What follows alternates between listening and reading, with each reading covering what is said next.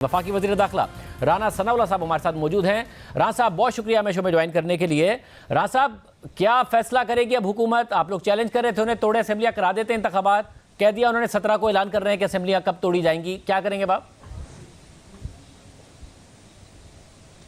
देखिए ये बात मैं समझने से कासर हूँ कि भाई तुमने यहाँ जो है वो रावलपिंडी में अपनी गैदरिंग की नाकामी के बाद फ्रस्ट्रेशन में मायूसी में तुमने ऐलान कर दिया कि हम असम्बलियाँ तोड़ रहे हैं।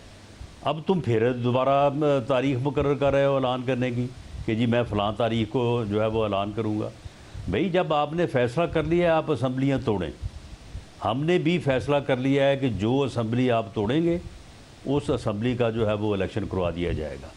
जिस असम्बली से आप जितने इस्तीफ़े देंगे उस असम्बली का ज़िमनी इलेक्शन जो है वो करवा दिया जाएगा। इस बारे में हमें चंद दिन लगे हैं कि हमने इसके प्रॉन एंड कॉन्स को जो है वो देखा है कि दूसरी सूरत क्या हो सकती है, पहली सूरत क्या हो सकती है।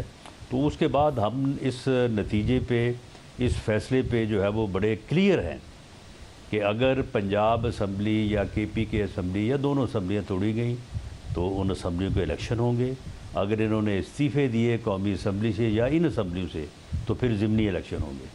तो अब ये जो 17 तारीख का कह रहा है, मुझे तो लगता है कि ये कहीं तारीख जो है वो कोई फरवरी मार्च की ना दे दे। ये हम तो चाहते हैं कि अब जब ये इस बात पे आ गया है तो ये फौरी तौर पे जो है वो असम्बलियाँ तोड़ें, गवर्नमेंट को डिज़ॉल्व करें, अपोजिशन में आएँ ताकि इन्हें पहली मरतबा जो है वो थोड़ा सा अपोजिशन का भी जायका चखने को मिले। ये अब तक जो है ये हमेशा हुकूमत में ही रहे हैं और मज़े ही उठाते रहे हैं। इनको थोड़ा जो है ना वो अपोजिशन का भी जायका चखना चाहिए। मगर राना साहब कैसे अपोजिशन में आएंगे? इस वक्त इमरान खान साहब बाई इलेक्शंस भी जीते हैं, महंगाई का तूफान आया हुआ है, आपकी हुकूमत जो वादे करके आई थी वो पूरे नहीं कर पा रही है, वो एक केयरटेकर सेटअप आएगा और उसके बाद क्यों नहीं इमरान खान ही दोबारा पंजाब और खैबर पख्तूनख्वा में हुकूमत बनाएंगे और फिर जब वफाकी इंतखाबात असेंबलियों के होंगे, मरकज़ी असेंबली के, तो वो उन्हीं के तहत हो रहे होंगे। देखें शाहजेब, ये बात कोई जो है वो इल्म गैब का इल्म तो कोई नहीं जानता, लेकिन जो हक़ाइक़ जो चीज़ें आपके सामने होती हैं उससे आप सियासी तौर पे असेसमेंट करते हैं, अपना अंदाज़ा लगाते हैं। मामला ये है कि न्यूट्रल सेटअप होगा और इनको वो तमाम सहूलतें हासिल नहीं होंगी जो इनको 2018 के इलेक्शन में थी और इनको वो सहूलतें भी हासिल नहीं होंगी जो इनको इस इलेक्शन में हासिल थी। ये जो ज़िमनी इलेक्शन है और हमें शायद वो एडवर्स पोजीशन जो 2018 के इलेक्शन में थी या ज़िमनी इलेक्शन जो 17 जुलाई को हुए तो हमें जो टिकट देने की मजबूरी थी, ये सारी चीज़ें हमने अपनी वीकनेसेस, अपनी जो है वो अच्छाई बुराई सारी को जो है वो गेज किया है और उसके बाद हमारा ये ख्याल है, हमारी उम्मीद है, बल्कि हमें यकीन है कि इंशाअल्लाह ताला पंजाब में हम अक्सरियत हासिल कर लेंगे।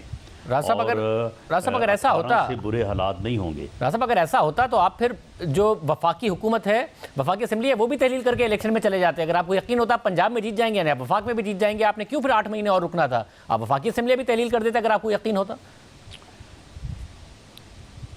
नहीं, वफाकी हुकूमत जो है वो अगर यानी उस वक्त असम्बली तहलील ये कर देते, तहलील हो जाती तो इलेक्शन हो जाते। उस वक्त तो इन्होंने उसको तहलील किया नहीं। अब उसके बाद जो है ये अपने इस्तीफ़े दे के तो जो है वो एक ब्लैक मेलिंग का जो है वो तरीक़ाकार इख्तियार करना चाहते हैं। तो ये अब इस्तीफ़े दें, आगे असम्बली में अपने इस्तीफ़े मंजूर करवाएँ। असम्बली में ज़िमनी इलेक्शन जो है वो कौमी असम्बली का वो नहीं होगा और सिर्फ़ सूबाई असम्बलियों के जो असम्बलियाँ तोड़ी जाएंगी उनके इलेक्शन होंगे। तो इस सिलसिले में हमने जो अपनी स्ट्रेटजी तरतीब दी है, इंशाअल्लाह ताला हम भरपूर तरीके से इस मौक़िफ़ को आवाम में लेके जाएंगे, हर गली में लेके जाएंगे, लोगों को इनकी 3.5 पौने 4 साल की कारकर्दगी जो है वो लोगों के सामने रखेंगे, इनके यू टर्न्स और इनकी जो है वो इनके बयानात के तज़ादात सामने रखेंगे। जो इन्होंने करप्शन का जो है वो शोर शराबा किया और ख़ुद जिस किस्म की घटिया करप्शन की, ये लोगों के सामने जो है वो रखेंगे। मियाँ नवाज शरीफ साहब इंशाल्लाह ताला PMLN को जो है उसकी इलेक्शन कैंपेन को जो है वो लीड करेंगे, तो हम भरपूर तरीके से जब इलेक्शन लड़ेंगे तो इंशाल्लाह हमें यकीन है कि हम पंजाब में जो है वो अक्सरियत हासिल करने में कामयाब हो जाएंगे। और अगर ये इलेक्शन जो है वो हम पंजाब में जीत जाते हैं और पंजाब में अगले 5 साल के लिए हमारी हुकूमत बन जाती है, तो फिर आप समझें कि अक्टूबर के इलेक्शन का रिज़ल्ट भी जो है ना वो इसी के साथ ही जो है वो क्लियर हो जाएगा और वो कोई इलेक्शन जो है वो इतना फिर मुश्किल नहीं रहेगा।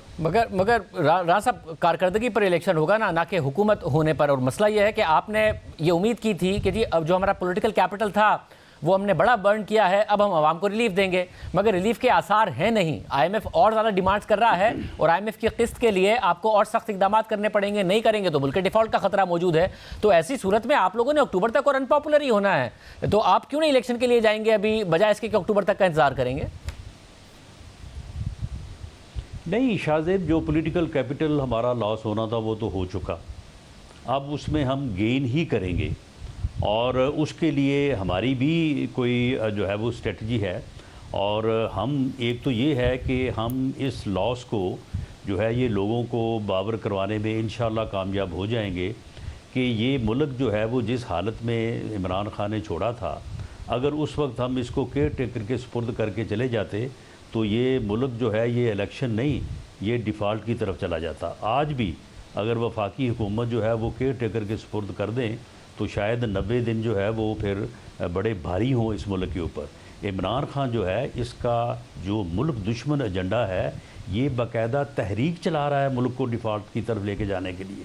ये सारा प्रोपेगेंडा, ये सारे हरबे, ये सिर्फ़ और सिर्फ इसका एक ही मकसद है और वो मकसद ये है कि मुल्क जो है वो डिफ़ॉल्ट कर जाए। ये पाकिस्तान के साथ वो दुश्मनी ले रहा है, वो पाकिस्तान के साथ जो है ये धोखा कर रहा है कि जो मैं समझता हूँ कि कोई दुश्मन भी ना करे। तो ये आदमी जो है ये पता नहीं इसके पीछे मगर राणा साहब वो किस एजेंडे पे गामजन है। ये बाकायदा इस वक्त तहरीक चला रहा है कि मुल्क जो है वो डिफ़ॉल्ट कर जाए। राणा साहब, मगर इस वक्त जो बाकायदा तौर पर उनकी कैंपेन है उसमें एक मेथड ये है और वो ये कह रहे हैं कि जी इस वक्त आपको NRO 2 दिया था और वो NRO 2 दिया जनरल बाजवा ने। मौजूदा इस्टेब्लिशमेंट से वो कह रहे हैं न्यूट्रल रहे, मगर ज़ाहिर फिर उसी तकरीर में वो ये भी कह रहे हैं कि इंतखाबात की राह हमवार करें। एक हर तरफ से एक प्रेशर वो बिल्ड कर रहे हैं। जब तहलील करेंगे असेंबलियाँ और यहाँ से इस्टेब्लिशमेंट में प्रेशर बिल्ड करेंगे, आपको उम्मीद है ये प्रेशर के कोई नताइज नहीं निकलेंगे? इस्टेब्लिशमेंट के ऊपर कोई प्रेशर नहीं है। अब इसका हुकूमत के ऊपर भी कोई प्रेशर नहीं है। वो इसकी धौंस, वो इसकी ब्लैकमेलिंग, वो इसका कि मैं आ रहा हूँ, मैं आके जो है वो इस्लामाबाद को सील कर दूँगा, मैं आके जो है वो तबाही कर दूँगा, वरना मैं डेट लेके उठूँगा, वो सारी इसकी धमकियाँ, इसकी ब्लैकमेलिंग जो है, सारा इसका बयानिया वो अब दफन हो चुका है। अब इस तरह से चढ़ाई करके अपने मुतालबात मनवाने का न सिर्फ इसका बयानिया नाकाम हुआ है बल्कि for all times to come ये अब बात जो है ना ये दफन हो गई है कि इस तरह से कोई जो है वो कर सकता है। इस्टेब्लिशमेंट इसके की इस ब्लैक मेलिंग के नतीजे में कतई तौर पे जो है वो इसको इलेक्शन की डेट नहीं लेके देगी। इस्टेब्लिशमेंट भी समझती है, हर ज़ी शऊर आदमी समझता है कि ये बंदा इस मुल्क को डिफ़ॉल्ट की तरफ ले जाना चाहता है। ये कंपेन कर रहा है बाकायदा, ये बाकायदा इसने तहरीक चलाई हुई है कि पाकिस्तान जो है वो डिफ़ॉल्ट कर जाए और ये प्रोपेगेंडा जो है ये खुद भी कर रहा है, अपने लोगों से भी करवा रहा है और इस बारे में जो कोशिशें कर रहा है, पूरी कौम को जो है वो इस आदमी का इदराक करना चाहिए, इसकी शनाख्त करनी चाहिए और इस फितने को जो है वो इसका तदारक करना चाहिए। मगर राणा साहब, फितना इस कौम को, इस मुल्क को किसी हादसे से दो चार कर देगा। मगर राणा साहब, डॉक्टर आरिफ अलवी से जो मुज़ाकरात हो रहे थे, पहले सागडार साहब की मुलाकात हुई, फिर आज मुलाकात हुई वज़ीर कानून की तारड़ साहब की और अयाज सादिक साहब की, उसमें क्या कोई पेशरफ नहीं हो सकी या क्या हुआ उसमें?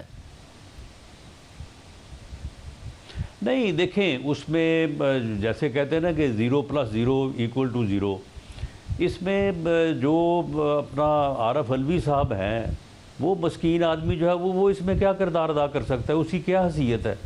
इमरान खान के सामने वो कोई बात कर सकता है? उसकी बात को वो तस्लीम करता है? तो ये तो बस वैसे ही जो है वो उसने डार साहब को बुला लिया और कि जी मुझे जो है वो फाइनेंशियल पोजीशन के ऊपर जो है वो आप ब्रीफ करें, उन्होंने ब्रीफ कर मगर आज भी तो हुई ना यार सादिक साहब की और तारड़ साहब की मुलाकात। तो नहीं, उसके कोई मानी नहीं है। बिल्कुल ये अपने एजेंडे पे गामजन है। ये असम्बलियाँ तोड़ने की ये डेट देगा। हम चाहते हैं कि ये डेट ना दे, ये 17 तारीख को असम्बलियाँ तोड़े। हम इलेक्शन के लिए तैयार हैं बिल्कुल। जिस असम्बली को तोड़ेगा, दोनों तोड़ दे, एक तोड़ दे, वहाँ पे इलेक्शन होंगे। और बाकी जो ये कौमी असम्बली के इलेक्शन करवाना चाहता है वो नहीं होंगे।